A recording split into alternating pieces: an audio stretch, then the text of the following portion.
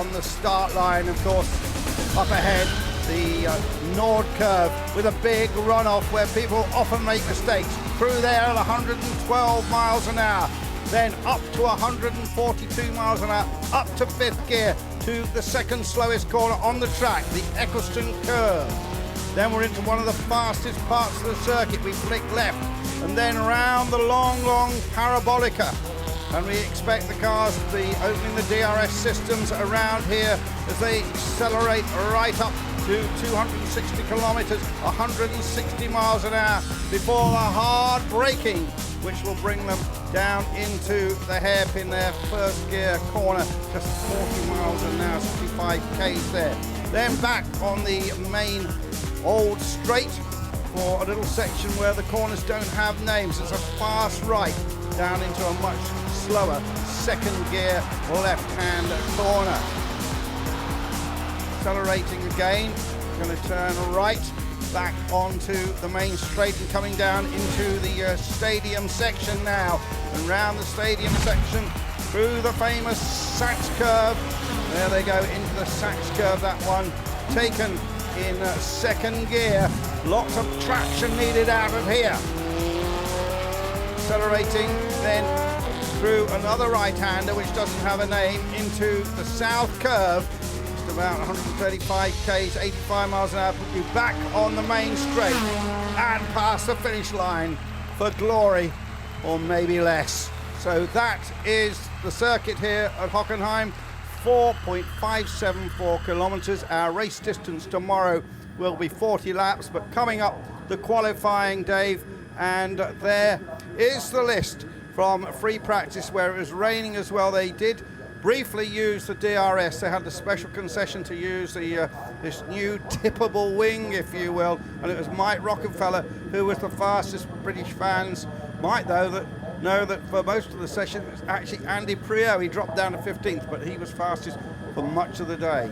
Yes, he was, and free practice wasn't without its dramas, Andrew, because we had offs for Robert Wickens and also for Augusto Farfus too, and there was some sort of technical fault with Marco Wittmann's car. Yeah, new colours there for Gary Paffett. Euronics no longer with the black car. Gary looking pretty racy. We spoke to him at lunchtime, and he was seemed to be happy with life and his three boys here. He's got a motorhome this season he's basing himself in. And so the car's going out for this first of 4 sessions, all 22 drivers. And this session will last for 16 minutes. There's been quite a lot of changes in the DTM over the winter. We talked already about the DRS borrowed from Formula One. Tomorrow we will have the option tyre. They're not allowed to use that now. Just talking of tyres in qualifying, yes. The final 4, Dave, will be able to bolt on a new set of tyres. They weren't allowed to do that last year. So here they are. We've got the famous colours of the BMW Bank with Bruno Spengler, who took that championship last year. Remember, Paffett led the series for much of the way, but Spengler finally managed to grab it and look at the spray. And is this going to make him, Andrew, because he had tried so hard to win the championship, and as you and many others had said, that it seemed to get to him in the final stages of seasons previously. Now he's finally done it. He's going to be more rounded because of it, isn't he? More rounded because of that. More rounded, I think, in a way, because perhaps he's a little bit more loved at BMW than he was at Mercedes. Right. He certainly stamped his authority on that team, and BMW now up to a full complement of 8, whereas Mercedes, and there you see the Stern car Danny Juncadella. Yeah, of Danny Juncadella, last year's Formula 3 champion. And Mercedes, going into this season, Andrew, if I may, you know, they've got, of course, Gary Paffett. Yeah. But when you look down the rest of the lineup, Andrew, well, it's gone from 8 to 6. Quite late on, just 6 weeks ago, Ralf Schumacher announced that he wasn't going to continue, and he's here in a role helping the juniors. So that meant they had to scratch their head, and they put another Formula 3 driver, Pascal Wehrlein, into a car. But there's minimal of experience really amongst the other 5 drivers at Mercedes-Benz. A few other things we've lost over the winter. We've lost David Coulthard, we've lost both the lady drivers, but we have of course got Timo Glock former Grand Prix driver for Jordan and others, with us. Most recently, of course, with Marussia. And he's driving for the new team called M-Tech, which is run by the ex-Ferrari and Toro Rosso engine man, Ernest Nors. They're based in Munich. So it'll be interesting to see that, how they cope with the pit stops as well, because that's such an important part. Just looking at that AMG Mercedes, of course, one talking point from the close season is Jamie Green moving from Mercedes to Audi, Andrew. Yep. So Gary's lost his rear gunner a bit, hasn't he? He has. Although the rear gunner tapped the rear of yes. Gary a couple of times last year. But yes, Jamie Green seems to have settled in really nicely at Audi. He's very happy there. There's Pascal Wehrlein, then the Formula 3 driver. In fact, 2 years ago, he was just in the Formula Masters Championship, so very little rear experience. Also, we've lost Norbert Haug, the famous team boss for so many years at Mercedes-Benz, replaced by Toto Wolff, who is here now as the head of Mercedes Racing. And also, talking of team bosses, there's a change in the structure at Audi, where there is a man now head of DTM, and that's Dieter Gass, ex-Toyota Formula 1. He answers to Dr. Ulrich, but he is in charge of the DTM. So all the cars out then, and you can see the clock ticking down then in this part of quali. Farfus, Rockefeller, first to give us lap times for us to use as a comparison. They're not there yet. 1:53.076 for Farfus. Joey Hand with a 1:54.597. Watch for Spengler to jump to the top. He's just done a fastest middle sector. And Joey Hand, who was quick in the pre-season testing, the Californian. There's the Mercedes brains trust in there. It's Nico Rosberg, who will be here driving the DTM taxi tomorrow, I believe. So we're on board with Timo Glock then. Welcome to the DTM for Timo Glock then, as Andrew was saying, former Formula 1 driver in the Deutsche Post colours, out here at Hockenheim. Now, it'll be interesting to see whether Timo actually gets to grips with the DTM perhaps a little better than the more recent Formula 1 drivers have done so. I mean, one of the big things is getting your head around this qualifying. Yes. Just got this very short session now, and then of course we're going to have cars from P17 to P22 knocked out, and they will start in those positions on the grid. Glock's got his head around it to begin with. He's fastest at the moment with a 1:52.468 as Dr. Mario Thiessen looks on. Yeah, well, he was the BMW boss prior to Jens Marquardt, and if I understand it right, he was the man that persuaded the BMW board to go back into the DTM. Of course, he was the boss of their Formula 1 operations previously. But Mario, nice to see him still enjoying his motor racing in his retirement. On board with Jamie Green. Oh, no, big shunt there for the Thomas Sauber car. That's Mary. Mary, yeah. Well, I say a big shunt. He's damaged the left rear. But, here it is again, Andrew. Yeah. Twitched on the way in, and that's why there was so much debris. He went through one of those polystyrene signs, but he did go into the tyres, didn't he? I mean, he never stopped rolling. So he'll be into the pits at the end of this. There's another, seeing that green section there? Yes. That hasn't got much grip. And he was just a passenger then, wasn't he? Yeah, he was. I mean, he went in quite hard, didn't he? Because these cars are so strong with their carbon fibre chassis, which were introduced for last year. So the Thomas Sabo jewellery colours switched from Gary Paffett. There you see some of the bodywork. I wonder if there's anything mechanical. It might just be a matter of replacing that rear section, but they'll have to give it a good old look. Yes. There'll be vent suspension under there. So the car goes back into the garage area, and Glock at the top at the moment. From Farfus and Werner, 3 BMWs at the top. Now Ekstrom, who's on the pole here last year, remember, goes second for Audi. Rockefeller's up there. He was obviously quick this morning. Prio's there. Tomczyk changing. Matara was the only man to win for Audi last season. Paffett down there at the moment, about 9th or 10th place. And on the bubble at the moment is Timo Scheider. Well, now it's Tambay. Timo Scheider, Junkadella, Albuquerque, Verline, and Jürgen Abt, team director up there for the Abt organisation, which runs 4 of these Audis, the top 4. Top squad, as I call them. Timo Scheider just gone purple, and then a good middle sector. We could have a very good lap from Timo Scheider. Back in a black car. Yes. He's happy about that. Had a mare of a season last year by his own admittance. So farthest Glock at the moment then. Andy Prio, Andrew, 3rd fastest. We're watching Timo Scheider though. Yeah, Spengler on the bubble at the moment, but I just see he did a fastest middle sector. And Scheider goes 3rd fastest. Yeah, I think you'll see Spengler will jump up in a minute. And oh, yes. Farfus had an off this morning. Yes, he did. Stuck it in the gravel. So the focus of Bruno Spengler, you can see him at work in his office then. Yeah. The Canadian driver, based in the Alsace.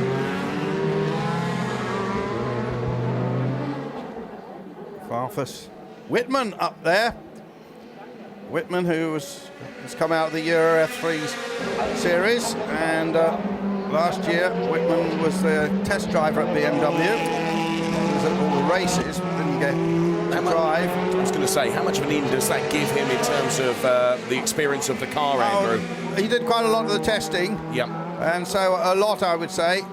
And he was quick during the pre-season tests as well. I think he topped one of the days, or even 2 of the days. Jamie Green now goes quickest to 1:54.20. There is the new look, Jamie Green, if you like. There's Mike Rockenfeller. A new combination of Green and Audi after 8 years of Mercedes. And before that, of course, he won the Formula 3 Championship with Mercedes-Benz. So with just under 6.5 minutes remaining in this first part of qualifying, it's all changing. Paffett's out at the moment. Werner out. Werner had a good season last year, his first year in DTM. Torres out. And the 2 Formula 3 boys at the bottom of the pile, Cadella and Verline at the moment. And now Whitman had a problem in free practice this morning. And he's pulled off again. And he pulled it off in exactly the same place, to the point where I almost thought this was a replay of free practice, Andrew. Because that was exactly what happened this morning. So we'll keep our eyes on that. Well, Whitman is currently in about, where is he, Whitman? 8th. So he might have done enough. So the cut is at 1:51.096. Who have we got there that can go faster at the moment? Well, Werner, I would expect to go quicker. Got Timo Scheider on the bubble. We've got Wickens, the other Canadian driver, in his 2nd year in the DTM. Just looking at his splits would indicate he is on a lap now, which is going to jump him up into about maybe 13th place. Well, whilst you were talking, Matty Ekstrom now has gone quickest, Andrew, with a 1:51.16. Yep. Spengler now 2nd fastest, then it's Mortara, then it's Jamie Green. Changes so quickly in this qualifying, doesn't it? Yes. We just have the under 5 minutes going, and Tambay now is on a quick one. Got to get used to this colour of Joey Hand, of course, different liveries from last year. Joey Hand out there, he's currently 12th fastest. I know you spoke to Joey and also to Cal. And his manager Calvin Fish, former racer from Norfolk originally, now firmly out in America. And Joey goes quickest. Whoa! 1:49.808 from Joey Hand. Where did he pull that from, Andrew? Yeah, that's a quick lap. Joey is feeling much more confident. He switched teams with Prio this year. Different group operating his car. Whereas Audi have their top squad run by Abt, and then they have 2 satellite teams. The 4 BMW teams are all supposed to be equal, although of course the Schnitzer team run by Charlie Lamb is the most important. There's an interesting livery. That's just for this race. Iron Man 3. Yes. Promoting the film, which I believe is released in Germany, I think, on Monday. And a great lap there from Tambay, who now goes 2nd fastest. We're on board with Timo Glock. So dying 4 minutes now. Tambe right up there. Fourth fastest for Timo. Yeah. And look at Vitoris. That's a bit of a surprise. Vitoris right up there. The Timo Glock. So Wickens out. Tomczyk on the bubble at the moment, the champion from a couple of years ago. Albuquerque is not in. Merry, of course, not circulating. On board with Gary Paffett, just 3 minutes remaining in this quali session. He's got Mike Rockefeller ahead of him. 150. Yeah, his last lap. The cut is at 150.55-ish. 50.4 will put you up into almost into the top 10. So just a bit more than a tenth of a second, rather being right on the cut, you're up in the top 10. That's how it is in DTM.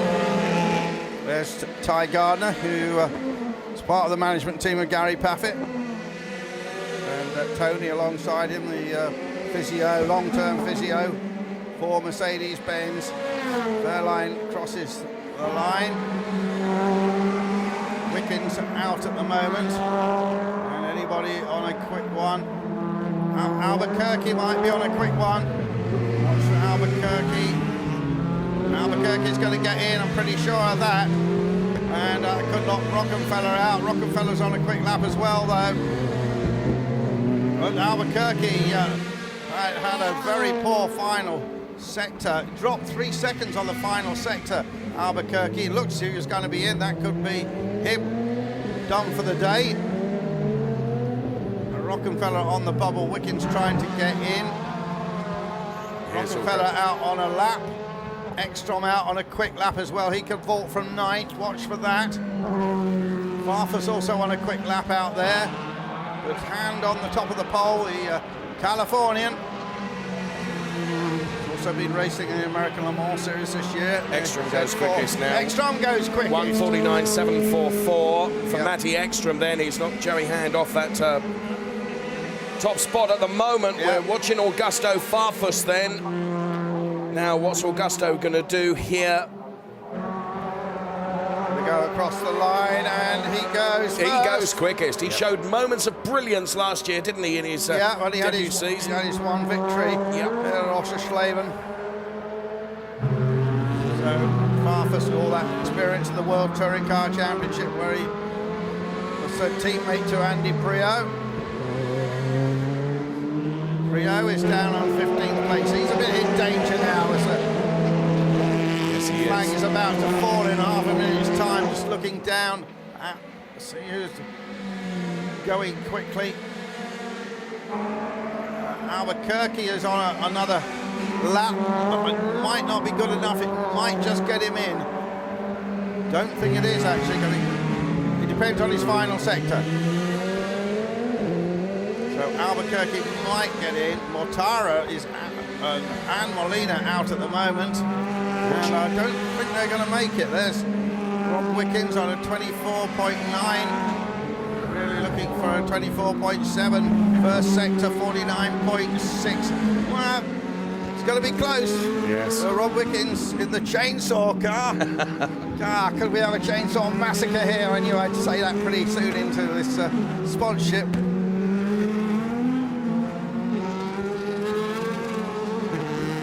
Still backed orange car. They've been around for ages with Mercedes since the first time they had a full livery on a car. And crossing the line, and Juncadella just put in a quick one. He was in for a second, but it's dropped out again. Priaulx 16th, and is in at the moment. Anybody out there that might knock him off? Juncadella is on a lap still, I think. So there they are at the Paffett garage. Fairline got going again. Let's see the side exhaust there with the flashes of source flame coming out. Danny Juncadella, who you've been watching the sector times, Andrew, is currently down there, 17th, isn't he? He's got to put in a blistering lap. He could do this. Could knock Prio out. And we'll just wait for he's going to cross the line. Cadella. And he does. He does just enough, doesn't he? He's going to be devastated by that. Absolutely devastated. It was so up this morning. Yes, he was. Talked to him at lunchtime. Crown Plaza, back driver. And as we said, he was fastest for much of the practice this morning, the 90 minutes. This is the only practice they have now in the DTM, a Saturday 90-minute session. Remember, they used to practice on Friday as well. There's Gary coming in the new colours of Euronics. Adrenaline in series. So, out go Prio, Molina, Mortara, a winner last year, Mary, Whitman, and Werner. Farfus on the top of the pile. Wehrlein really put a quick one in there. Superb one. You know, in his first ever drive in a DTM in front of the public. Torres, bit of a surprise there in third also. Then Han dropped to fourth, Timo Scheider fifth, Paffett sixth, Ekstrom seventh, Tambe, Tomczyk, he's got his new baby here, new baby girl, we saw her last night, in the arms of partner Christina. Albuquerque, Rob Wickens, Jamie Green, his first drive for Audi, is 12th. Here we have the confirmation then, topping that part of qualifying, Augusto Farfus, then Pascal Wehrlein, Vitoris, Hans Scheider, Gary Paffett, Matty Ekstrom, Adrian Tombe, Martin Tomczyk, Felipe Albuquerque, and Robert Wickens, the 1 through 11 then. Also in Jamie Green, Mike Rockefeller, Bruno Spengler, Timo Glock, and Danny Juncadella right at the very end, and that means we lose Prio, Molina, Mortara, Mary Whitman, and Dirk Werner, all those out of the next part of qualifying, Andrew. Yeah, and Wehrlein, I stand corrected, but I think he's the youngest guy ever to race in the DTM. Certainly he is in recent times. He's born in October 1994, so he's still a teenager. So we're watching the cars that are going out then, and there is the new livery for Dirk Werner. He's out. Also out, and I'll be intrigued to find out what the problem has been with the car of Marco Whitman's. That's quite a livery, isn't it? It is quite a livery. Yeah. Twice that the car has been pulled up, the Ice Watch car, in the same place, once in free practice and once in quali, the first part of quali as well. How long is it going to be before I realise that that is not Gary Paffett? Yeah. It's Roberto you did Meri. realise it. Mary, Roberto, Spaniard. He's out as well. Yep, the former Formula 3 champion from 2 years ago. Also out. Mortara, the Formula 3 champion the year before that. Yeah, with the familiar livery, Edo Mortara, another one of those that is out from the first part of qualifying. And then the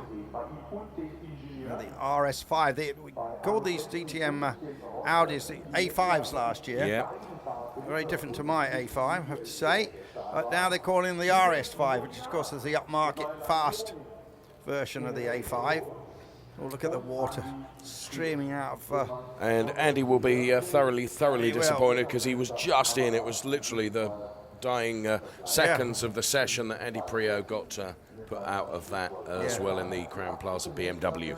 So we look down there on the paddock scene and confirmation of those 6 that go. And now a short break, and then we're going to go into Q2 where another 6 will be eliminated, but this time the session is only 11 minutes long, so it's all action. There's Roberto Meri walking along. Yeah, disappointed.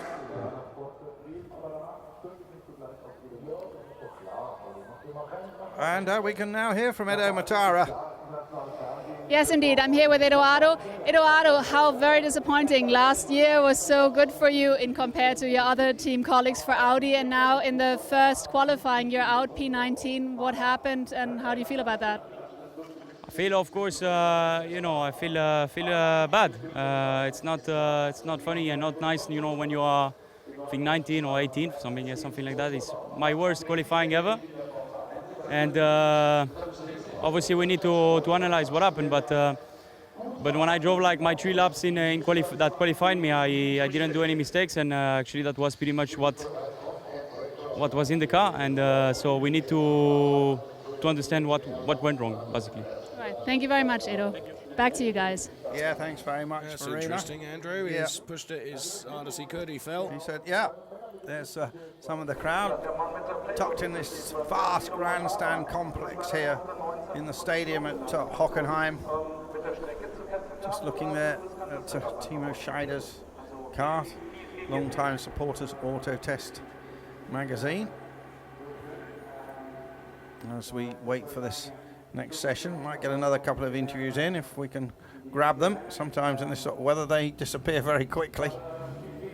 Okay, green light then, and Yep. the clock starts to count down, Andrew. Yep. First to show going to be Augusto Farfus. Yep, and then after this session we'll be down to the top 10. There's Martin Tomczyk. Tom.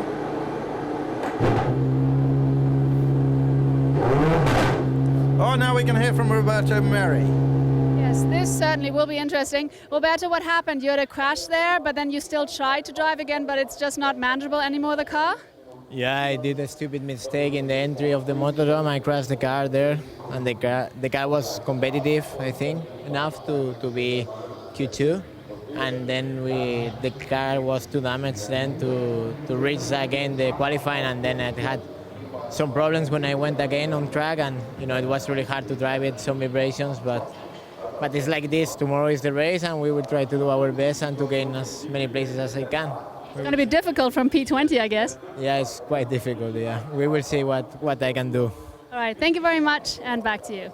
Yeah, thanks for Rena. Getting a bit wet out there. There's Gary Paffett's Euronics car. And Timo Glock accelerates out of the garage. Remember all that success he had in in GP2 rather, with the iSport team. And really his all of his Formula One career, because early on he was with Toyota. Had one podium. There's Matthias Ekstrom. And now we can hear from another newcomer, Marco Wittmann, who's with Farina. Yes, I'm here with Marco, rookie of the DTM 2013. Now, I guess it's not exactly the beginning you were hoping for, but what exactly happened? You had a little session, you stopped the car, but then what's the problem with the car? What was the problem? Actually, I don't know yet. I mean, the season, the practice started quite good. We were on P2, so I felt very happy. And then we had a problem with the car, but first we need to have a look on the data. I don't know yet what was the problem. Unfortunately, I'm out, but of course I'm looking forward to the race, and now I need to do the best tomorrow. All right, well, thank you very much. Best of luck. And we've got Andy here as well, so I might as well just grab Andy. Hello, first of all. Now, Andy, what happened there in the very last session, in the very last second, basically? You were kicked out. You're P17 now. What was going on there? Well, to be honest, I didn't have a good, clean last lap. I had some traffic, so that cost me. Unfortunately, in those conditions, when it's getting better and better every lap, you have to do the last lap. And I knew it was getting close towards the last lap to meet traffic, and I had some aero problems with obviously following the car ahead. So disappointing to not make it through, because we've been quick all weekend. So well, anyway, tomorrow's a new day. And also with the weather conditions, how difficult was that out there? Yeah, the track's changed a lot from this morning. It's a lot more greasy, so the grip was a lot lower. So that made it a little bit more difficult, but that's the same for everybody. So yeah, just less grip than this morning. And tomorrow's going to be different weather again. Dry tomorrow, and we'll see how we can do. All right, well, best of luck. Thank you so much, and back to you guys. So, philosophical comment there from Andy Prio, the Channel Islander. Yes, and he will be disappointed with that, and he's putting a brave face on it, isn't he, really? Yeah. But actually, the first part of qualifying is always going to be the busiest with traffic, isn't it? And but as he said, and we couldn't tell from where we sit, it was drying out a little bit, so it was just getting that little bit quicker, and you had to be there right at the end. And because Andy got caught up in traffic, and all of a sudden you lose 2 or 3 tenths in the DTM, well, your history. yes. Where are we at then? Farfus quickest, 1:49.650. Then it's Albuquerque. Albuquerque, the hand right up there again. Lots of BMWs. 1, 2, 3, 4 in the top 5. And then Wickens looking good. Paffett not in at the moment, but still on his out lap. It was interesting to hear what Marco Whitman was saying. Clearly there is a problem with that car, isn't there? Because yeah, he wouldn't say, would he? No. But, you know, whether it's some sort of electrical issue. Obviously fired up again because we saw it going again. Well, if it had been some issue with the transmission or the brakes, I don't think they would have gone out again. Oh! Attacking that Joey Hand. Yeah, Joey Hand. He didn't do that 2 weeks ago at Long Beach, I can tell you in the Z4. Cause, that was more than kissing, wasn't it? Yeah, mainly there's all walls around there. So there's Rob Wickens then. Yep. Rob Wickens, who a couple of years ago was a star of the World Series by Renault. Done some testing for Formula One teams, and he just goes purple in the middle sector. So Rob Wickens did a pretty strong job last season, was gaining in confidence all through the year, getting quicker. He could be a good support. Obviously, Paffett, in his quest for the championship, needs good support. He does need support. That's one of the things that didn't help him last year. And in fairness, it's that support that really helped BMW, wasn't it? Yeah, Wickens could be that man. So let's see how he does then. About to cross the line now. Second fastest. Yep. 1:49.262 for Rob Wickens. Farfus at the top.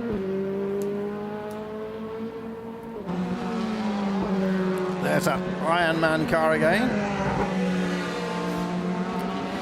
Who's in that film? So here's Christian Vittoris as I move swiftly on. Robert Downey Jr. Robert Downey Jr. and Gwyneth Paltrow. Okay. There you are. Shame they aren't here to cheer him on. So Vittoris then, what can Vittoris pull out here in the Chrome Effect AMG Mercedes? Yeah, we've seen Jamie Green in those colours in the past, if you call it a colour. And we've seen, I think, Ralf Schumacher as well. The film they put over the car. Here he comes then, about to cross the line now, and Vittoris, well, 11th fastest. Watch out for Timo Scheider, could be on a quick lap. Vittoris not in at the moment, Paffett not in right now. We go on board with Spengler, who now goes third fastest. Yeah. Juncadella was the one that maybe a little surprise in his DTM debut that got through into Q2. But now he's at the bottom of the pile in 16th place. I think the surprise for me was the fact that Wehrlein was so much quicker than Juncadella. Yeah. You know, the two.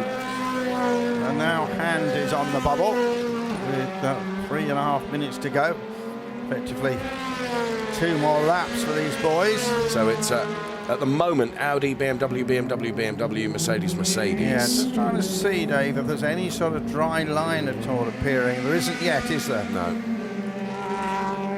And whilst Andy said the track conditions were improving, but it was still very, very greasy offline. 3 minutes remain. We're with Jamie Green now. Yeah, Ecky's gone to the top of the pile. It's always gone well here at Hockenheim. So Jamie Green then finding a new home in Audi this year. Currently 9th fastest out of the stadium section of this Hockenheim circuit. One more turn to do before the start-finish straight, and we'll get a time from Jamie Green, see how he has improved. As just 2.5 minutes remain. Jamie now goes 5th fastest. So Jamie Green goes up to 5th fastest. So it's Ekstrom and Wehrlein, Andrew. Yeah, that's a big surprise. 2nd fastest. Yeah. Here's Gary Paffett we're on board with now as Gary crosses the line. He goes 12th fastest. He needs to work. He's got to just 2 minutes left here. This is a phenomenal performance by Wehrlein, the young German driver. And just a bit of a twitch on there from Wickens, who goes to purple in the first. Good middle sector. What about Wickens? Maybe the track is still drying out. This track could dry out right to the end of this Q2. So So we could have most of the quick times right at the very end. Timo Scheider not in at the moment, Paffett not in, Glock not in. And the spread, well, 148.5 for, well, Farfus goes quicker, 145.3 for Farfus, sorry, 148.3 for Farfus. Right. And, well, down to Timo Scheider's out at 149.2. Well, for a DTM, actually, I've seen it closer than that. Yeah. Now we got Wehrlein on another good lap. Spengler on a quick lap as well. I'm pretty sure what's happening here is it's drying out now quite quickly. So we're on board with Pascal Wehrlein then. Yeah. Less than a minute remaining in this session. So there is Pascal then. Purple in the middle. He's P4 at the moment. Right, Where does he go now? P1, I'd say, yeah. He's got it, P1. And Wow. Andrew, you've got your eyes on the screen there. What's happening with Paffett? Well, at the moment, Paffett's 13th and just had a very poor middle sector. 2 seconds off the pace and got held up by somebody. But at the moment, it looks as if Paffett is not going to go through. We've got. He could probably get one more lap in. I'm not quite sure where he is on the track. I think he's just gone through. Yeah, I think he might have just gone through.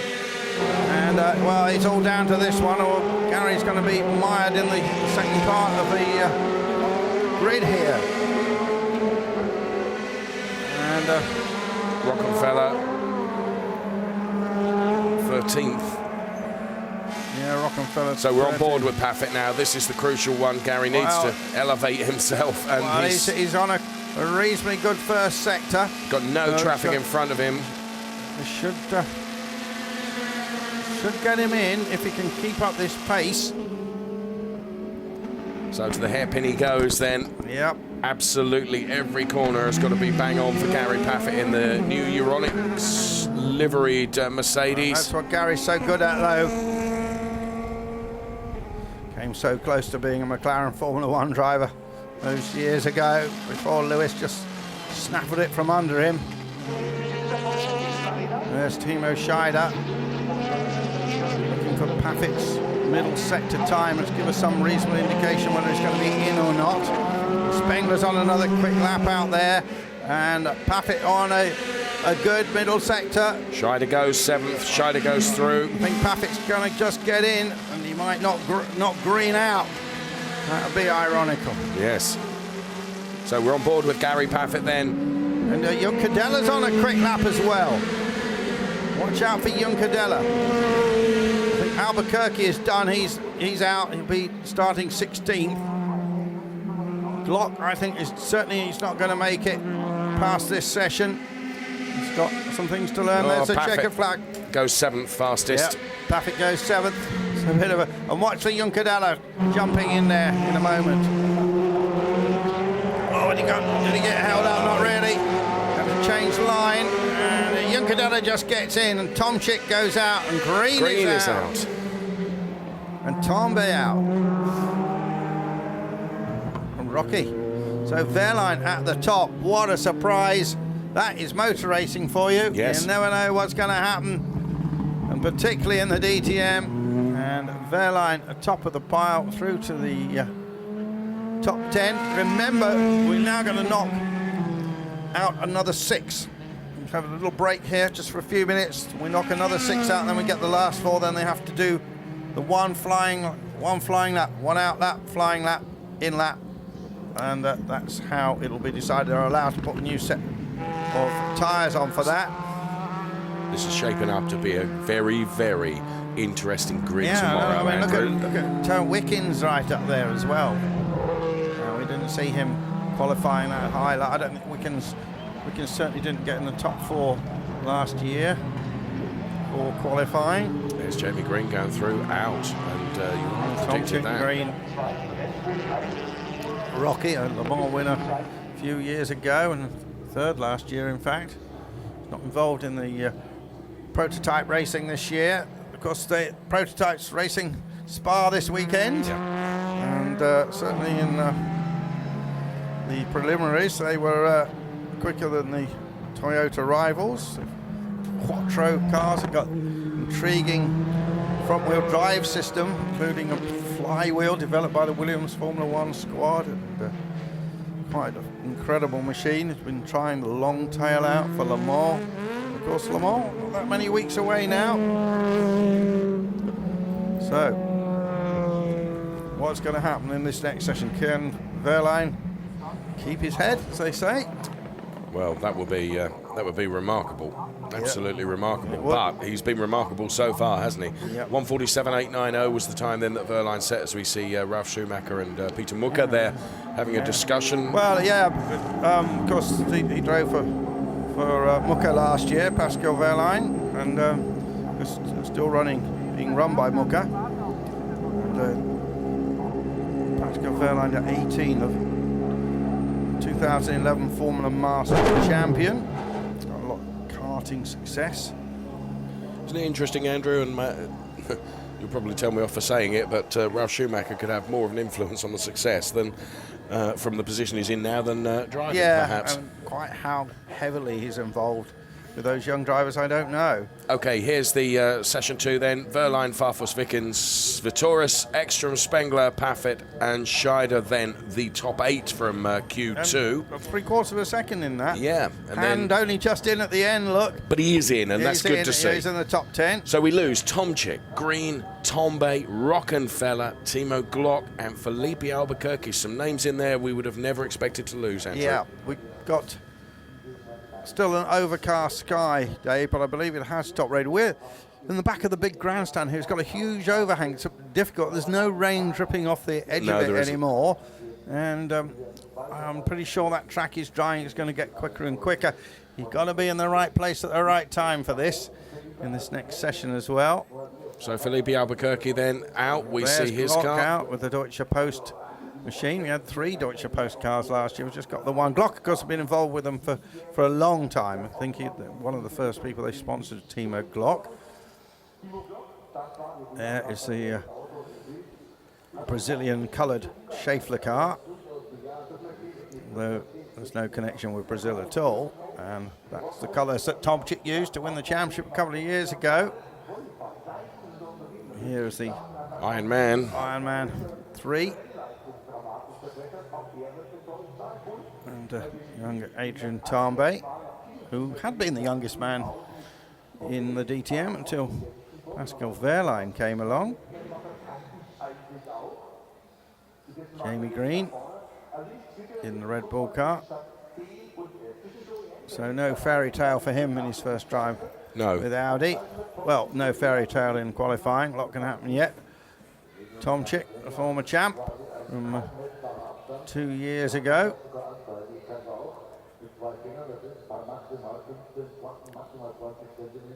And no doubt Marina's down there looking for drivers. Here they are. There's Jamie Green. And he's working with the engineer that worked for Ekstrom for years. And he's swapped over. So it's very difficult, you know.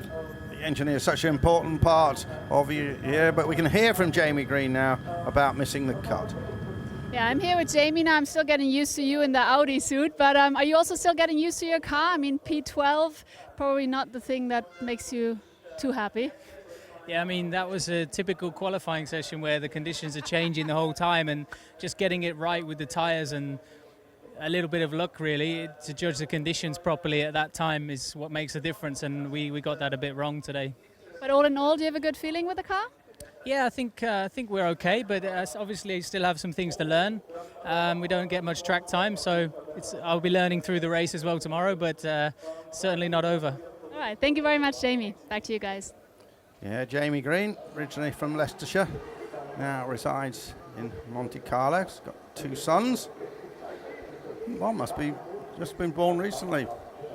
Let's find out what went wrong with Mike Rockenfeller with Verena. Yeah, let's find out. Mike, what exactly went wrong with you? I mean, P14, that is a big surprise, but not in a positive connotation. Yeah, I don't know. To be honest, the car was really good. We were good when it was really wet. As soon as it started to dry up a little bit, I think I don't know, we have to check, but it has to do something with tire grip, tire pressure, because the car was really, really bad in the second qualifying, and it's very disappointing. You know, we focused so much on this. We were good in a free practice, we were good in Q1. I mean, like I said, until it started to be in the mixed condition, then we just showed no pace. Now you said when it got drier, the car got worse. Tomorrow I think is going to be dry too. What does that mean for the race, do you think?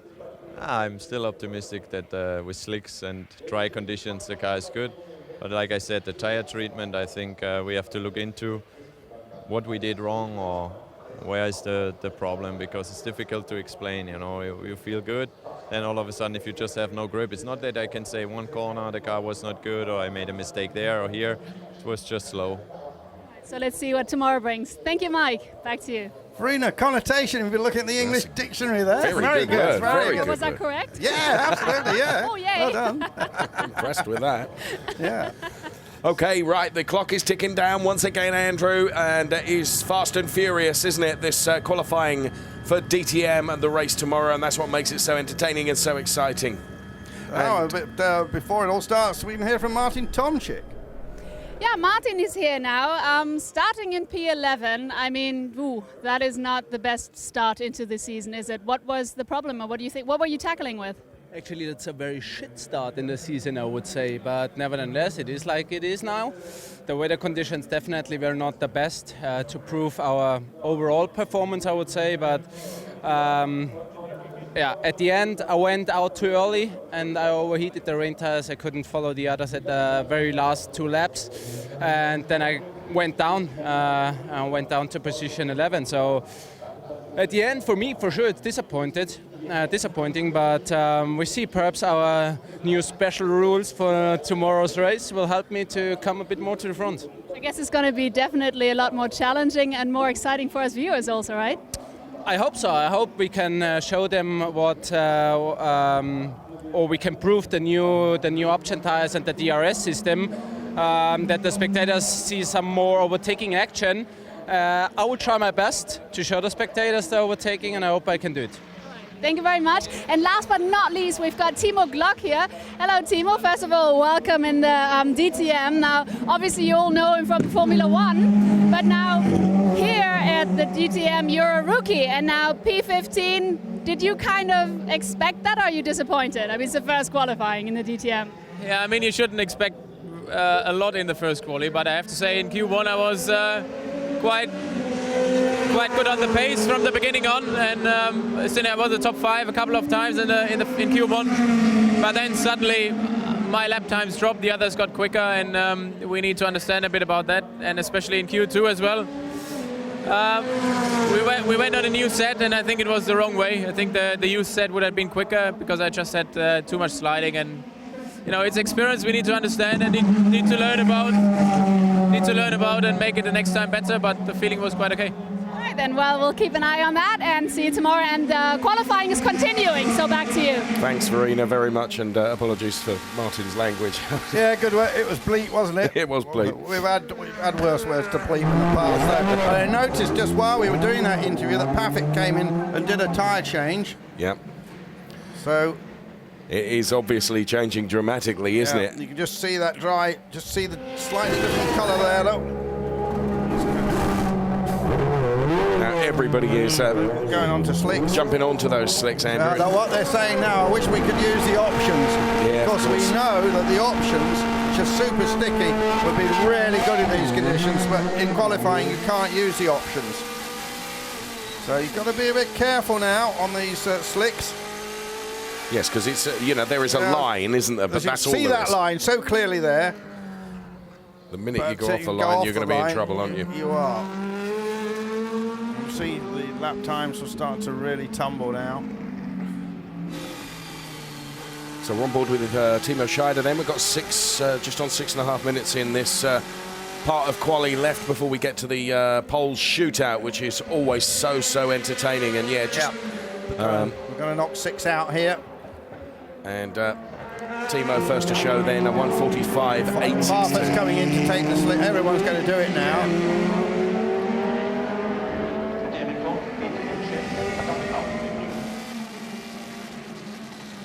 On board with Gary Paffett then.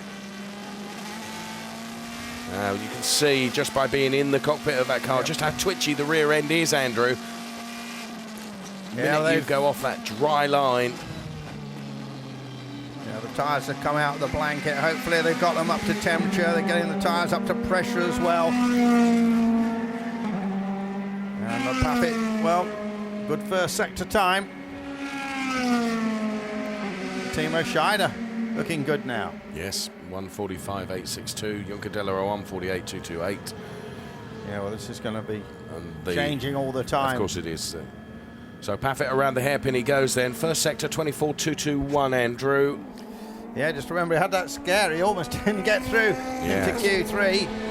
But John Garry's going to be happier on these tyres.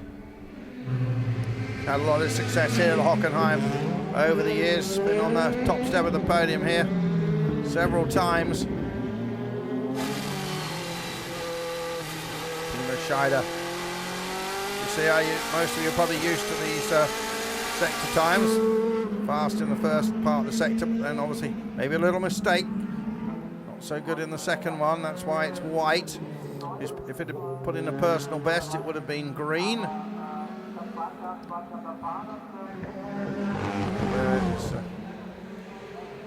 Timo Scheider coming in. Paffett's still out, currently running. Paffett yet to put in a flying lap. There he goes. It's to second place. Well, it's very different to Scheider's, isn't it? Yeah. So 1:47.466 from Gary, whereas it's a 1:45.862. And we've still got times to show from many of the drivers that are out there, including the current champion Bruno Spengler. Andrew. Yeah, and Wickens just out there now on his first flying lap.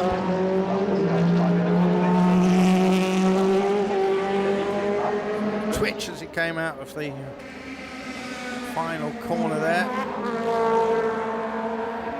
Again, you can see clearly that dry line, just a little clip of the curb. Just taking a little bit of curb there, Rob Wickens. Yeah, just looking at Pascal Wehrlein here, who was so impressed in the last part of quali, Andrew. What's he going to... well, he's going to have a good lap, isn't he? Farfus is the one that's... Pascal puts in the fastest lap. Yep. 1:44.775. Look at the difference. Pascal Wehrlein. It's the big surprise of this qualifying session. He'll certainly write some headlines tomorrow in the German press. Even if he doesn't put it into the final four, then this will all change around quickly in the next 2 3/4 minutes that are remaining. And Ekstrom there. The strong first sector.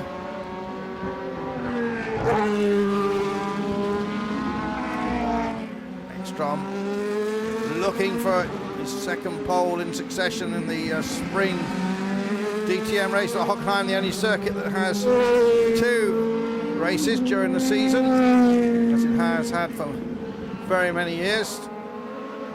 New schedule change for this year. We'll be heading off to Moscow Raceway in the middle of the summer. Next race, of course, will be Brands Hatch, a couple of weeks' time. So Matty second fastest then with a 1:44.682. Paffett quickest now, 1:43.550. Wow. And then Farfus pushes him down. Ekstrom's on another quick one, I think. So we've got 1 3/4 minutes to find out who's going to be in that pole shootout. Just 4 drivers. We haven't had a lap from. We haven't had a flying lap from Hand. No. Hand is just going for a one-shot deal. Wehrlein goes back to the top. There's Toto Wolff looking on then. 1:42.161 from Pascal Wehrlein. And he's going to be very pleased with this young man. 18-year-old. Half vindicating his decision, I would think, Andrew. Yeah. Youth and in the team. It was such a late decision when after Ralph said he was continuing, and then he decided not to do so. I don't believe there was any pressure on him. I think he just changed his mind. Christian Vitoris. He's right at the bottom of the pile at the moment, Andrew. His sector times, they're looking good. Not good enough. Right. Not good enough. Well, I know he's on another quick lap. So, Mercedes 1 and 2. BMW 3 and 4. A hand in the top 4 now. Yes. If he hangs in there, as I said, he was the last one to go out in this session. He's bolted a set of tyres on. And now Christian Vitoris goes quickest. Wow. This part of this is it's drying all the time. Yes, of course. Drying all the time. You've got to time this to be out there on this very last lap. Here is the current champ, Bruno Spengler, then. At the moment, he's out. He needs to belt in a brilliant lap now to be into that pole shootout. And this is going to be his only opportunity because the clock is gone now. Yep. Now, we've seen Bruno with this gamble before, which sometimes hasn't paid off. But he goes third fastest. Well done to Bruno Vitoris. He's currently 4th. Paffett drops to 6th. Farfus on the pole at the moment. Wickens 2nd. I mean, that's sensational as well. By far the best performance by Rob Wickens in the qualifying. Here's Paffett. Again, this has got to be a brilliant lap from Gary Paffett. Yeah. He's got the... this is drinking at the last chance saloon, isn't it? It is. And Gary Paffett. Not that you can't win from 6th place. No. Particularly, I mean, it's going to be a lottery tomorrow as well with all the new rules. New DRS, which has hardly been tested. The option tyre, we really don't know how it's going to be. And there goes Paffett. His quickest, 1:44.96 for Gary Paffett. There's Gary Paffett showing why he's a previous champion. What about Timo Scheider? Where's he going to go with this lap? Oh! Scheider goes first, Paffett goes second, Farfus and Wickens. What about Spengler still out there? And Paffett now 4th, but Vitoris has gone fastest. Here's Farfus. What about Farfus? Paffett is now out. Paffett's now 5th. Farfus, you have to be there right at the very end. Yeah. You had to cross the start-finish line just before that flag went out. Every lap, Andrew, that track improved, didn't it? Yeah. Every single lap. We've seen that sort of thing. Well, it's certainly not a disaster for the likes of Ekstrom, Paffett and Spengler. They might have been knocked out. And Wehrlein, who was right in those headlines, drops to 8th and a hand to 9th. Juncadella, good job to be starting in the first half of the grid. So now pole position will be between Vitoris, who's not been in this situation before, Timo Scheider, who has, Farfus, who was a couple of times last year, and Wickens has certainly never been. Hasn't been. No. So we've got two one that's highly experienced at this. And this is a renaissance for Timo Scheider. I think he was pretty depressed last year. He had the one super qualifying at Zandvoort. Yes. And then he stalled on the line. Yes. And that was his best chance of a super result.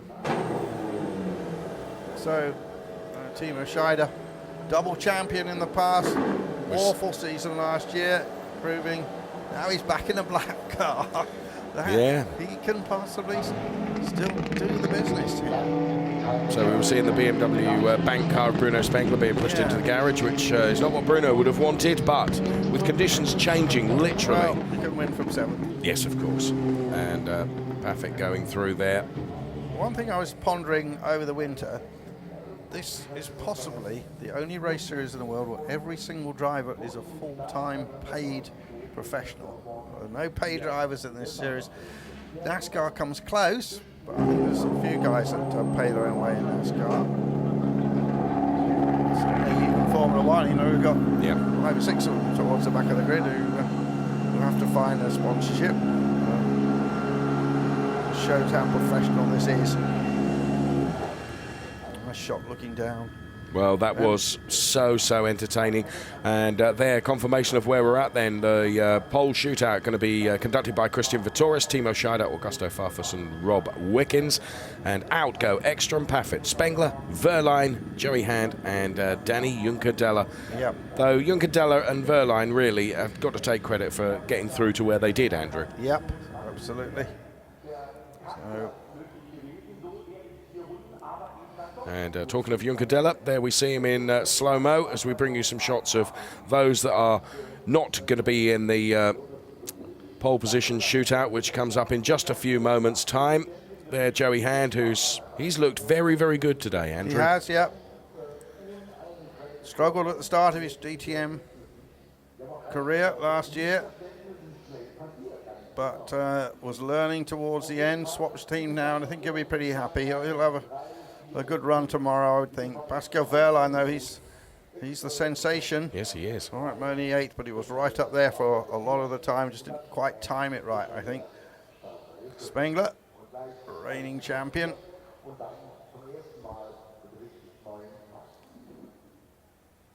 And the fact that, Vittori's fastest at the moment, 39.3. Spengler was on 41, so it shows how it was changing, because normally you would expect to see them just split by, 0.2 of a second, the first 5 or 6. There's Paffett. Yep. Ekstrom. The red dive planes.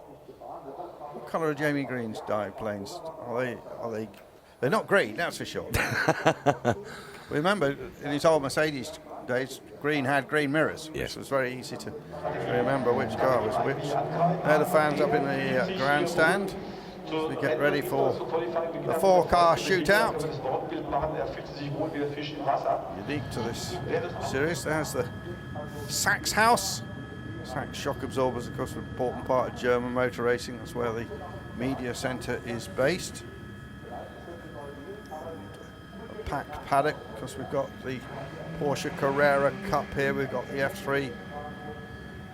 FIF 3 Series. We've got Volkswagen Sirocco Cup. And, in fact, the fans have still got plenty to watch this afternoon. Yes. 3 races coming up this afternoon. Had one Formula 3 race, which was absolutely dominated, wasn't it, Dave? Yes, it was. Be a different race now with those changing conditions.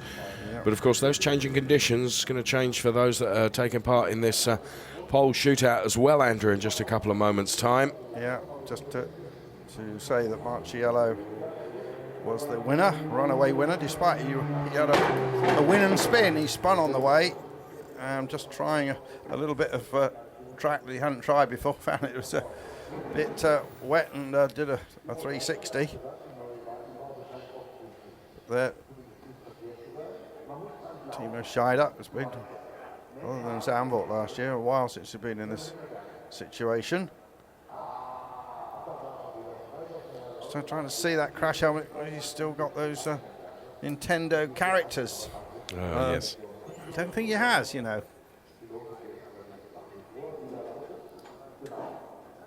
Just absolutely sure these tyres are the right temperature now. There's Farfus Cillian from Curitiba.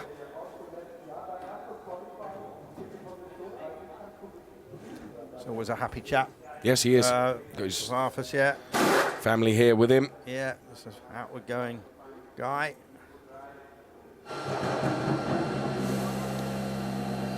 So, yeah, Taurus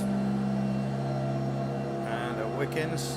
V8 engines, rumours, stories coming through. In fact, statements from Hans Werner Alfred, the boss of this championship, that in the future, maybe in 3 years' time, they're going to switch to 2-litre turbocharged cars, and the V8s will be gone.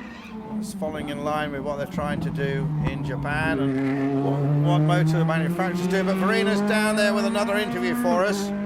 Yes, I'm here with the reigning champion, with Bruno Spengler. Bruno, starting in P7 tomorrow, I guess it was pretty tricky out there, especially since Q3 at the end kept getting faster and faster. How was it for you? Yeah, actually the whole qualifying was really tricky, because this morning we were struggling a little bit on the rain. We had some problems, but then the team was able to react really well for qualifying. My car felt better. Still not perfect, I would say, but felt much better. And then through the qualifying, it was just really difficult to adapt every time to new conditions. I think it was a lot up to when you were out on track. Also, was very easy to make a mistake. So actually, with P7, it doesn't look amazing, but I'm not so unhappy because it could have gone much worse on a day like this. It's more a lottery than anything else. So from P7, I'm looking forward to the race. Try to do a good start, and then with the new DTM format, I think we should be able to do something to come up front. It's going to be exciting, definitely. Thank you very much, Bruno, for the moment. And here's Eki. And Eki, you'll be starting in P5 tomorrow. I believe last year you were pole here, if I remember correctly. Where are you going to go from there? I mean, I'd rather start P5 and win the race than start from pole and finish P3 like last year. So, no, we'll see. Everything is new, but I'm really happy. I mean, for being P5, normally I wouldn't smile so much, but I have a new engineer, I have a new group of people, everybody I knew, and they work really well, and they did all the right decisions. In the end, with the track condition a bit mixed up, I think I couldn't prove a fair performance of the car. I was not driving maybe to my best in these mixed conditions. As I know it's so easy to look the hero, but it's easy to be the zero. So I thought do as good as I can with no risk, and that was P5. And I'm happy for myself with the result, but tomorrow I hope for more. All right, well, thank you very much. And last but not least, Gary is also here. Gary Perfett, who'll be starting in P6 tomorrow. And you're smiling, so it's not so bad? Well, Matthias said if it was wet, he was going to be on pole, so I'm just having a bit of a joke with him. So, but yeah, it's not too bad. I mean, after conditions like this, starting wet and then drying up all the time, especially in the last qualifying, you can't complain about being in the top 6. You know, it's a good result. I mean, everybody wants to be on pole, and we were quick enough. Every time I crossed the finish line, I was quickest. But then other people obviously had more time because they were behind me on lap time and behind me at the checkered flag. So that's pretty much the only reason we're not in Q4. So we've got to be happy with what we've done, and for Mercedes to have 5 cars in the top 10 is really good. So it looks pretty good for tomorrow. All right, well then, thank you very much. Best of luck for tomorrow, and back to you guys. Yeah, and as those interviews have been going on, Rob Wickens is out there, first ever time in the top 4, and here he goes, and he's heading towards the end of the lap. He's in the stadium section already, in the chainsaw car, the still car in its orange colour scheme, and he is going to stop the clocks at 1 minute 36.920. That's the baseline. There you see the graphics. We'll continue this graphic when the next car comes out. A nice clean lap as far as we could see, Dave. From, yes, looked it. Yeah, from that. Oh no, it was that little moment there. Didn't see all the lap because we were seeing the interviews. But I think that would have lost Wickens a little bit of time, so I don't predict he's going to be on the pole. Next out, Farfus starts his qualifying lap. Good to get all those interviews for those top guys, hearing their views. Here's this BMW M3 look-alike silhouette car, if you will. Carbon fibre chassis with a big steel roll cage on the top of it, and then this carbon Kevlar bodywork, full racing machine. Nearly 4/10 quicker in the first sector, Andrew. Yeah. No mean competitor, Farfus. Never won the World Touring Car Championship. It was always the bridesmaid there too, Andy Prio. Long time BMW driver. And let's see how he is coming past the second split. Just goes across the, was that the split line? Oh, here's the split line. See, he'll cross it and we'll see the time pretty, he's gone. So the second sector, he was only a little bit up on Wickens. Yeah. I think that Wickens error must have been in the first sector. And now the final stadium sector with the Sachs curve. We've got a new camera position, I think. And then the final right-hander there, with traction so important coming out of here. Just kicks up a little bit of dust and water. And Farfus goes fastest, so he's quicker in the third sector as well. So a nice, good lap from Farfus.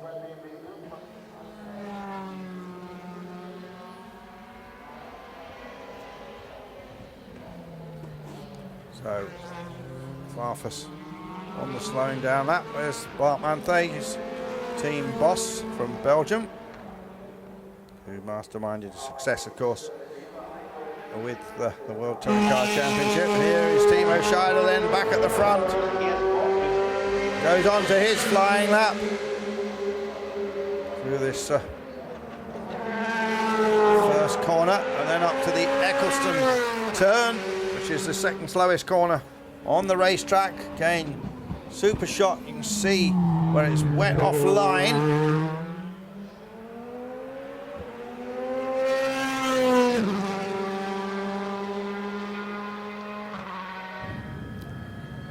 Timo Scheider. A little bit down on Farfus. 0.06 of a second, Dave. Yes. Blink of an eye, really. So a brilliant shot then around the hairpin. Yep. Goes Timo Scheider then, slightly slower, marginally slower in the first sector. We'll see what he can do in the second, whether he can rescue anything from there. Yeah, this is important because this is the longest sector, of course. So he just kicked up a little bit of damp there, didn't he? It was just slightly offline. And that can make all the difference. Well, yeah, but he's up though. Yes, he is. He's up by 0.053. And, well, we could have a big story here with Timo Scheider. So through the stadium section he's come now. Just this turn before the start-finish straight looms ahead of him, and there is the line. What's he going to do? Scheider goes quickest, Andrew. Yeah, he's double champion, appreciated by all. Looking for his 11th career pole in the DTM. There's more races than anybody else in this series.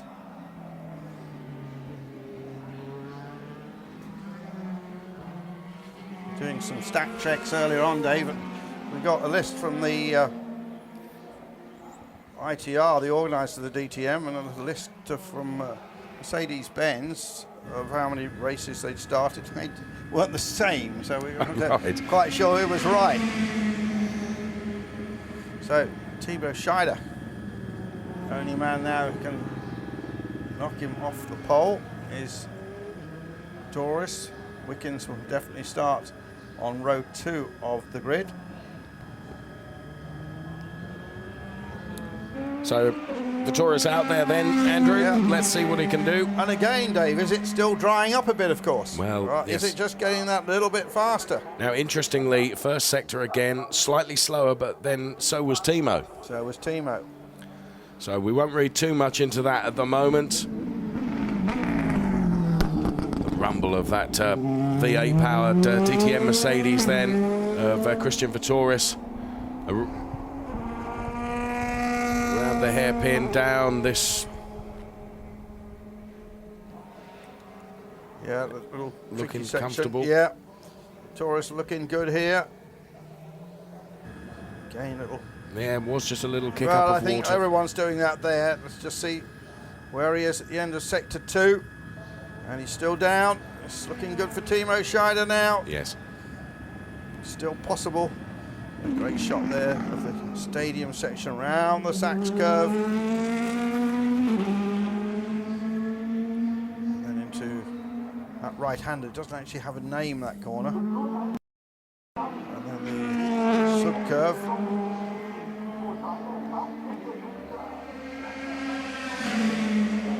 And Vittorius there is third. Timo Scheider is on the pole.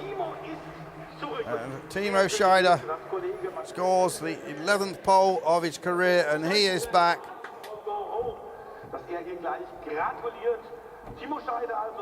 Well, the cartoon characters may have gone off the side of his crash helmet, but arguably good job. Yeah.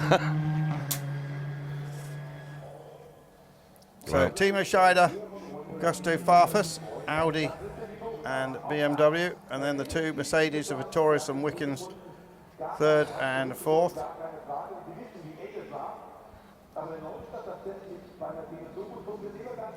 Ekstrom will start 5th, of course.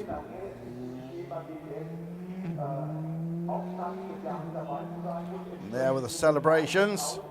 And Eki congratulating his long-time teammate. Oh, how many years have they been teammates? Must be almost a decade, I think. Weighing in.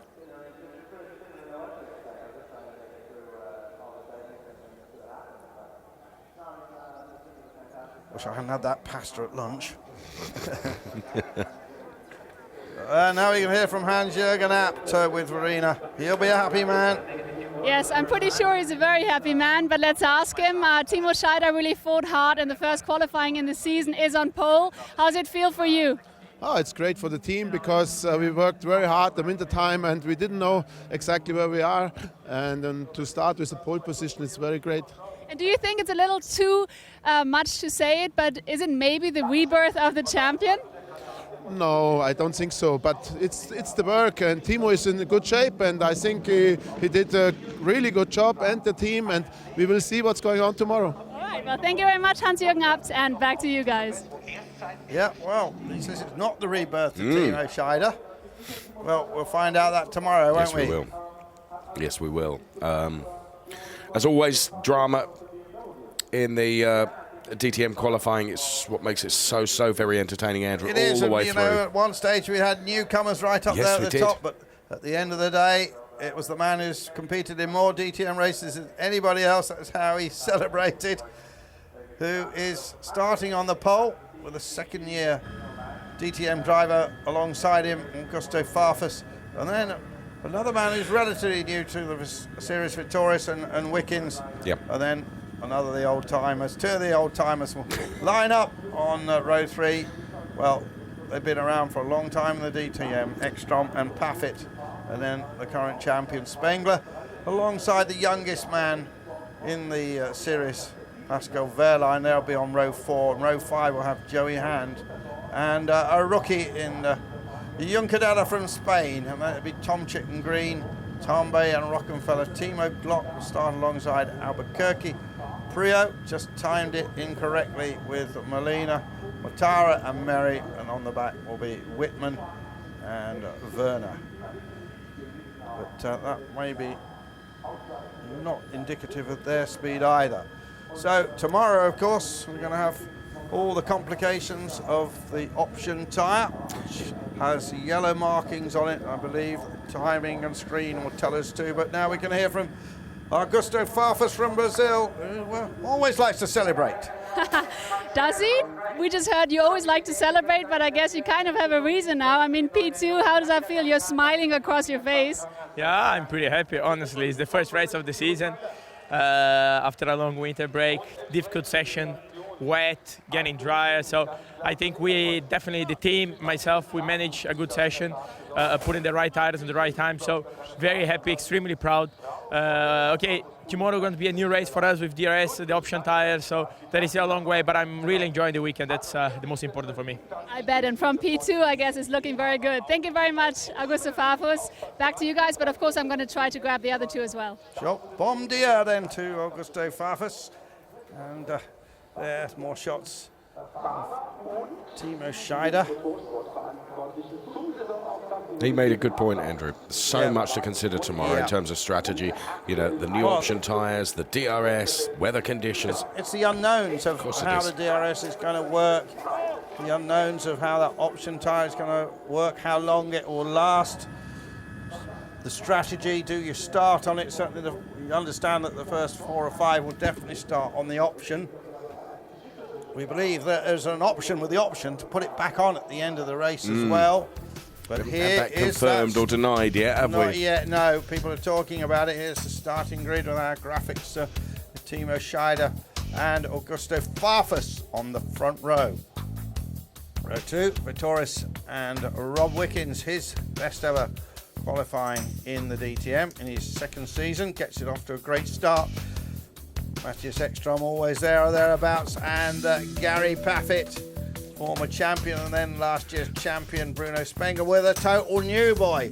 Pascal Wehrlein, just 18 years old. And then Joey Hand, the Californian kid, with Danny Juncadella in his first DTM race. Martin Tomczyk lines up, and Jamie Green is with him. And Green, of course, with Audi for the first time. The Ironman 3 car of Adrien Tambay from France and Mike Rockenfeller. Then it's Timo Glock, the Formula One refugee, joins the DTM and lines up alongside Albuquerque. Andy Priaulx, disappointed, has more speed than that, I think, and Miguel Molina in the RS5 liveried car. Mortara 19th with Roberto Meri, two former Formula 3 champions together. Marco Wittmann, unlucky perhaps, was up there early on. And then that is the back of the grid, and Wittmann, of course, with Werner on the back row of the grid. So in a while we will go